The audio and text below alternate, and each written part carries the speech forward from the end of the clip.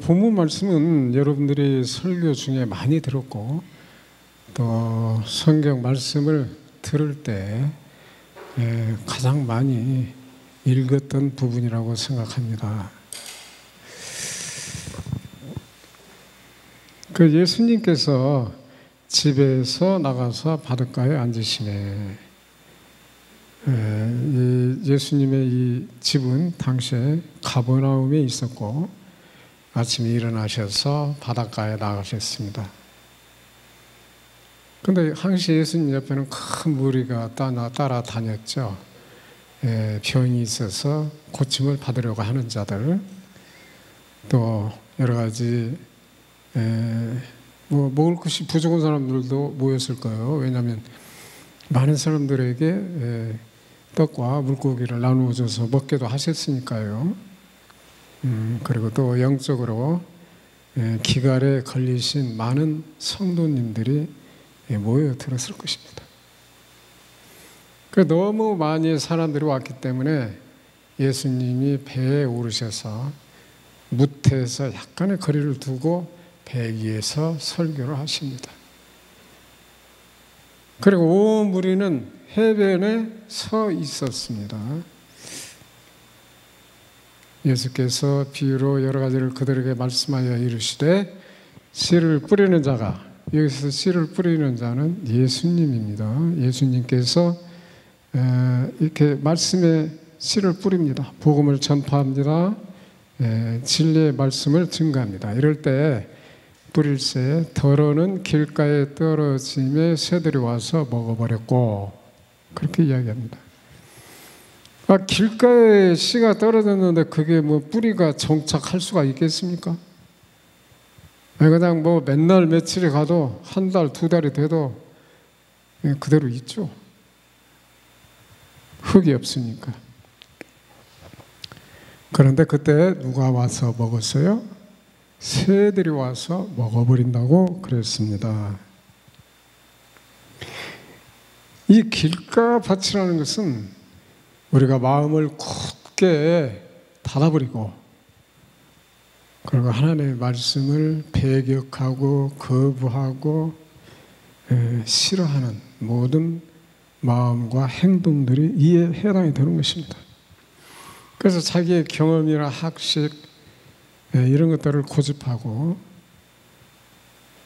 하나님의 복음에는 관심을 두지 않는 것, 이것이 바로 길가밭입니다. 그래서 복음과 그 다음에 내가 만날 수 있는 시간이 없어요. 흙이라는 공간에서 만나야 되는데 돌 위이기 때문에 만날 재주가 없는 것입니다. 그때 이 새가 와서 먹어버렸다고 그랬는데 당연하죠. 새는 뭔가 먹어야지 살아갈 수 있는 건데 이 새는 바로 진리를 경험하지 못하게 하고 우리를 복음으로부터 격리시키기를 원하는 사탄입니다. 그래서 우리가 마음의 문을 걷어 잠궈서는 안 됩니다. 그리고 우리가 이 마음의 문을 열고 우리가 기름진 그런 땅을 준비하지 못한 그런 영적인 성령으로 충만한 상태가 되지 못한 말씀을 받을 준비가 온전히 되지 않았을 때에는 자꾸 뒤로 미룹니다. 아이고 이거는 오늘은 좀 그래요. 다음에 제가 이 말씀은 좀 수화를 하고 다음에 더 한번 묵상을 하고 다음에 더 믿겠습니다. 그리고 이것은 제가 나중에 실행을 할게요. 이렇게 생각을 하고 우리가 뒤로 미루는 경우가 있죠. 그럴 때 마귀가 나중에 언제 내가 지금 먹을게, 나중에 경험해봐. 경험할 수가 없습니다. 우리는 그 말씀을 그 순간에 놓치게 되는 것입니다. 그 다음에 두 번째로 흙이 얇은 돌밭이 있습니다. 흙은 신앙이 머물 수 있는 공간입니다. 그런데 그 공간이 없어요. 아주 흙이 가벼워요. 그냥 훅 풀면 그냥 날아가요. 한 줌밖에는 안 돼요. 그러면은 복음이 씨를 혹시 뿌렸을 때 그 뿌리가 났다고 하지만은, 그래서 한두 잎이 났다고 하지만은 결국은 성장하지 못하고 성숙하지 못하고 그냥 말라 비틀어지고 맙니다. 그래서 우리가 하나님의 말씀을 들을 때 우리의 영혼의 상태를 기름지게 해둬야 됩니다. 많은 좀 비료도 좀 주고, 그곳에 뭐 물도 좀 이렇게 좀 충분하게 이렇게 있어야 됩니다. 흙이라는 것은 그 농업학자들에 의하면 손으로 이렇게 쥐었을 때 가볍게 뭉쳐지는 상태여야지 됩니다. 너무 질퍽해도 안 되고요. 뿌리가 살지 못해요. 또 너무 건조해가지고 흙이 뭉치지 않는 상태일 것 같으면은 작물이, 식물이 성장할 수가 없습니다. 그러니까 우리의 복음을 들어가지고 우리가 그 복음의 씨를 틔워서 거기에서 장성한 분량의 믿음에 되기까지는 우리도 충분한 물이 있어야 되고 영양분이 있어야 됩니다. 때로는 하늘로부터 내려오는 햇빛을 받아서 광합성 작용을 해야 됩니다.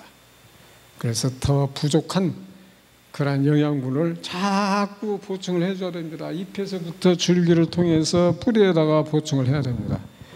마치 고구마나 감자와 같이.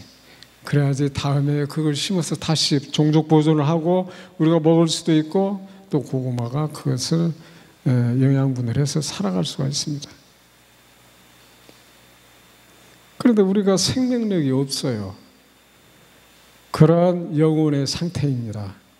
우리의 기도가 부족하고 찬양이 부족하고 말씀이 부족합니다.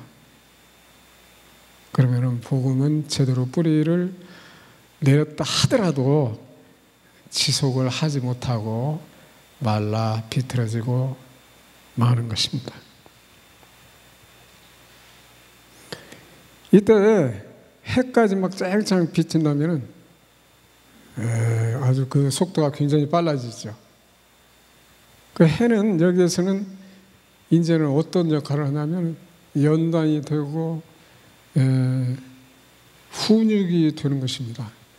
우리는 그걸 잘 견뎌야 돼요. 그걸 견디려면 물도 충분해야 되고 영양분도 충분해야 되고, 이런 많은 식물에 필요한 것들이 있어야 되듯이 우리는 영적으로 준비가 되고 성령으로 충만해야 됩니다. 그래서 우리가 이 자기 아집과 자기 주장으로 가득 찬 그런 그 돌밭을 다 깨어서 골라내야 됩니다. 요즘에는 어떤 게 있냐면요, 농촌에 가면은 기계가 쭉 가면서 거대한 그 포크레인 같은 삽으로, 근데 그게 이제 얼기설기하죠. 그래서 거기에서 돌을 골라냅니다. 흙만 밑으로 떨어뜨리고 돌을 골라내서 밖에다가 우리가 보관을 할 수 있게 그렇게 기계가 나옵니다. 우리도 마찬가지예요. 우리들 마음 가운데 있는 그러한 참 돌과 같은 그런 것들이 많이 있을 것입니다. 우리 사랑이 부족한 것, 우리 기도가 부족한 것, 찬양이 부족한 것, 말씀이 부족한 것, 이런 것들이 모두 다 그런 것에 속할 것입니다. 그런 것을 자꾸 우리가 함으로 인해서 우리의 밭은 풍성해지고, 그리고 우리는 거기서 더욱더 성장할 수가 있고, 그 위에서 우리는 우리의 사업이 진행이 되고 또 성공할 수가 있는 것이고, 또 하나님께서 기뻐하시는 장성한 분량의 믿음으로 우리가 자라갈 줄로 믿습니다. 그 다음에 세 번째는 가시떨기 밭에 떨어진 씨를 말씀하고 있습니다.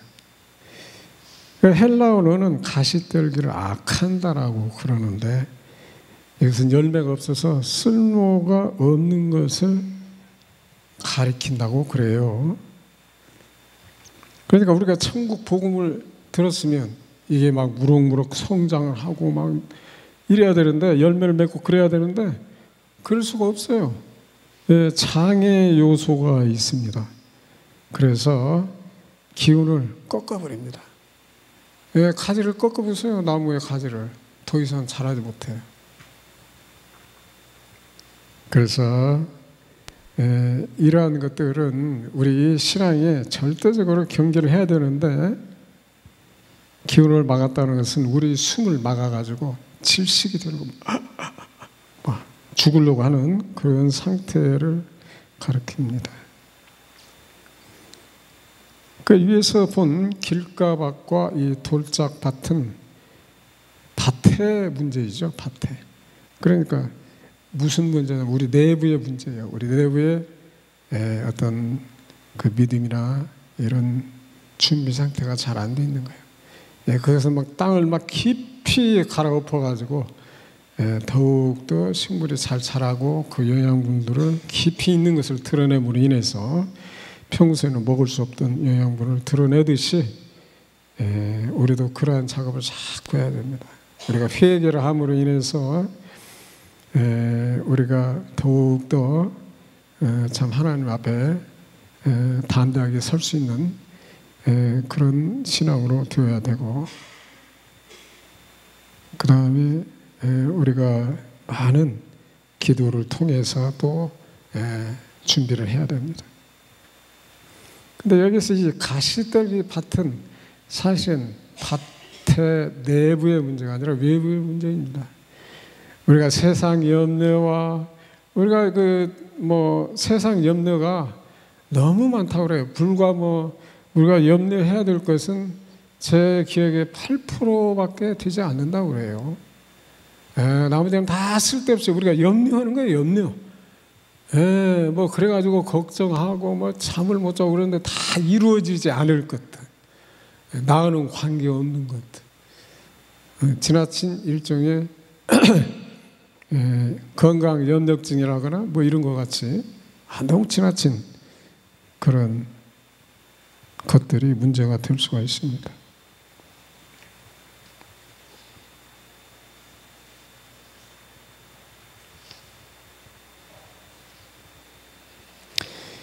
우리가 그 길바닥 같은 그런 길가 밭을 가진 사람들은 대개 편견과 교만의 그런 마음이 좀 많다고 그래요.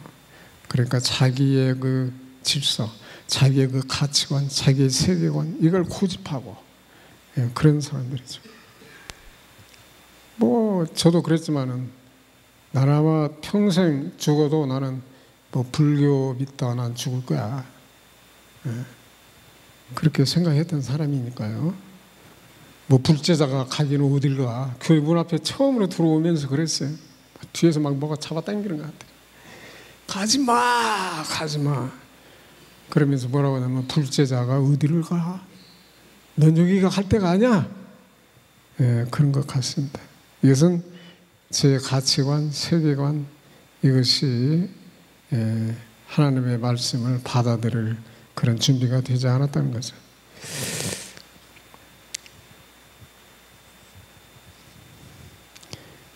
그래서 이런 사람들은 흔히 자수성가해서 자신만만한 사람들, 자기가 성공을 해봤기 때문에 자기가 그 길을 다 안다 그 말이에요. 남의 얘기를 들을 필요가 없어요. 그게 예수님의 말씀이라 할지라도 들을 필요가 없다고 착각을 하는 거죠. 그 다음에 모태신앙자들, 이 사람들 어릴 때부터 말은 얼마나 많이 들었는지 몰라. 신앙에 대해서요. 그죠? 수많은 목사님들 만나 뵙고 대단했죠. 다니기도 많이 다녔고. 대신 이런 사람들이 깊이는 별로 없는 경우가 많아요. 왜?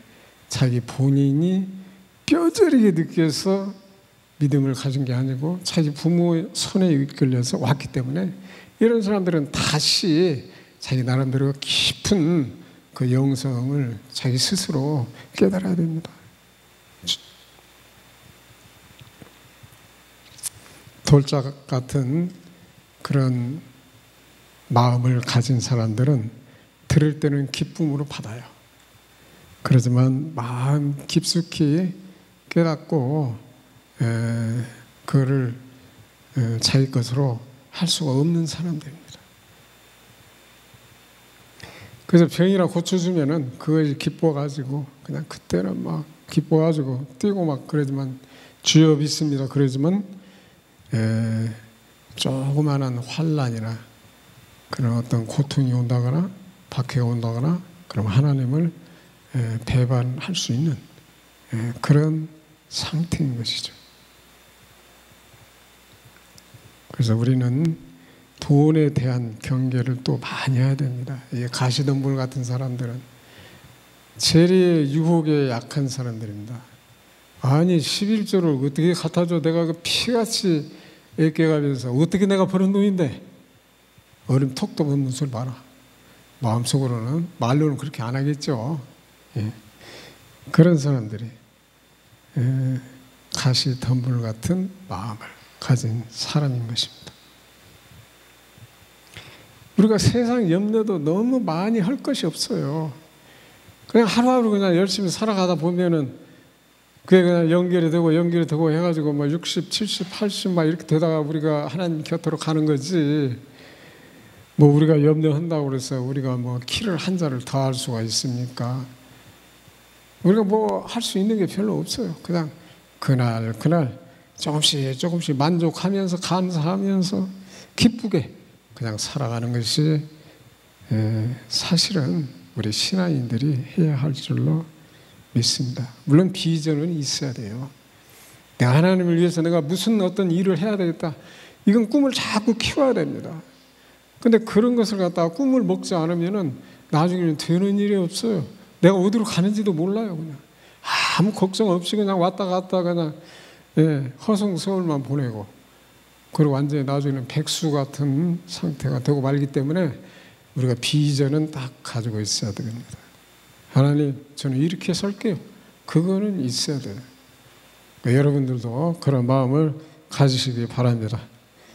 저는 어제 목사님이 말씀하셨지만 저는 선교가 제 삶이라고 믿고 지금 아직 못하고 있습니다만은 그렇게 제 자신을 늘 다짐을 해왔어요. 그리고 앞으로 그렇게 할 거예요. 왜? 제가 제 영혼이 만족을 할 수가 없어요. 저는 뭐 다른 사람들은 그렇게 생각 안 하겠지만 저는 그렇게 생각해요. 우리나라에 수많은 목사님들이 얼마나 많습니까? 그분들에도 충분해요. 나까지 그분들과 같이 경쟁해 가면서 이렇게 뭐 목회를 막 글쎄요, 그럴 필요가 있을까? 저는 그걸 아주 오래전부터 생각을 했어요. 교회 내에서 서로 싸워 막 서로 그냥 신자를 끌어가려고 뭐 네 교인이 내 교인이 막 해가 돼 있어. 아니 아무도 없는 데 가가지고 거기서 죽이든 밥이 되든 거기서 참 아직 신앙은 없는 사람이지만 그 사람들에게 믿음을 심어주고 그 사람들에게도 말씀을 증거해야 되는 거 아닙니까? 그래서 저는 제 나름대로의 비전을 그렇게 가지고 있습니다. 그래서 우리가 염려도 우리가 가난하면 또 가난하다고 염려하지. 뭐 불안하죠. 뭐 집이 있어요. 뭐 먹을 게 있어요. 앞으로는 더 그럴 거예요. 마지막 때가 됐기 때문에. 그래도 뭐 죽으면 죽으라고 사는 것이지 뭐. 그것 때문에 내 신앙을 팔아먹거나 그래서는 안 되겠죠. 이 부유한 사람들이에요. 또 더 너무 지독해.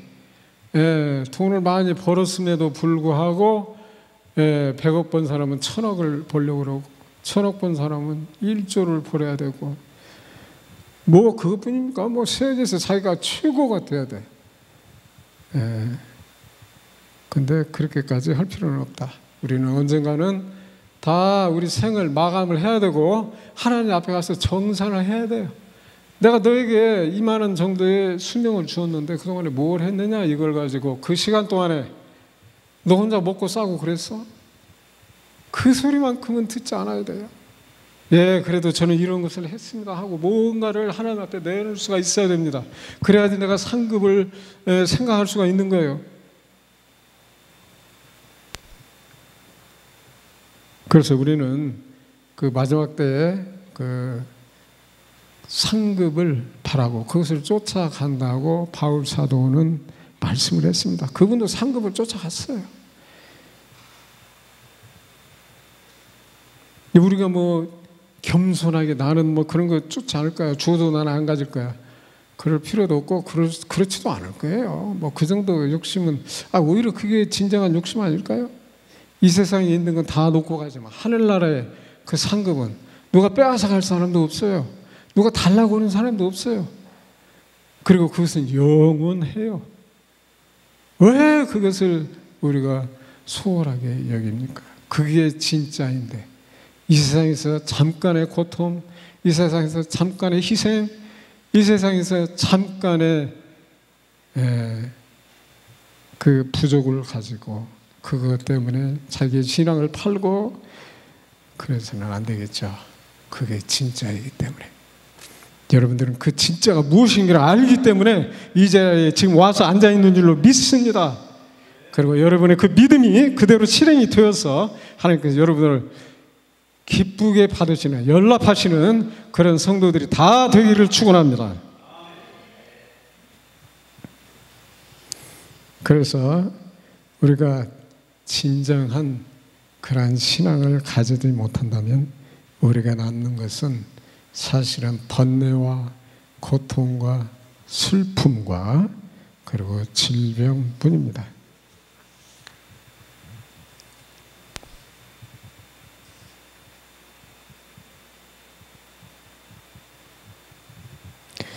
그래서 좋은 땅을 가지는 것은 말씀을 듣고 깨달아서 결실하는 사람들입니다.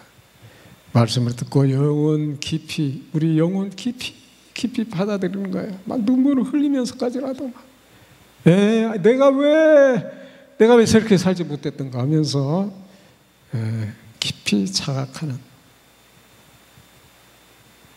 그리고 우리가 오만하고 편견한 사사로운 감정에 사로잡히지 아니하고 그런 것에 자유로운 사람이 되어야 되는 것입니다. 그것이 바로 좋은 땅입니다. 또 가시떨기처럼 세상적인 염려, 또 재물의 유혹에 넘어가지 않아야 돼요. 내가 하나님을 위해서 이 재산은 내가 포기할 거야, 이렇게 할 수 있는 사람, 그런 사람들이, 물론 가진 건 없을지 몰라도 마음만큼은 그런 사람이 다 되시기를 바랍니다. 그리고 간절한 마음으로 하나님의 말씀을 사모를 해야 됩니다. 그리고 그것을 위해서 애를 쓰고 그 깨달은 말씀을 자꾸 되새김질하고 이것을 실천을 하려고 하는 용기를 가진 사람들이 바로 좋은 땅을 가진 사람들인 것입니다. 기도하겠습니다. 사랑의 하나님, 저희들은 얼마나 미련한 사람들인지, 저희들이 이 땅에 두고 갈 헛된 재물, 헛된 영광, 헛된 것들을 위해서 살아왔습니다. 하나님, 저희들을 긍휼히 여겨주시고 이제부터라도 제가 하나님의 뜻대로 저희들이 좋은 밭으로 잘 기경하고 잘 깨부수고 정말 잘 준비되어서 우리님이 기뻐하시는 그런 성도들이 다 되기를 바라면서 저를 위해서 죽었다 다시 살아나신 우리 예수 그리스도 이름으로 기도드리옵나이다. 아멘.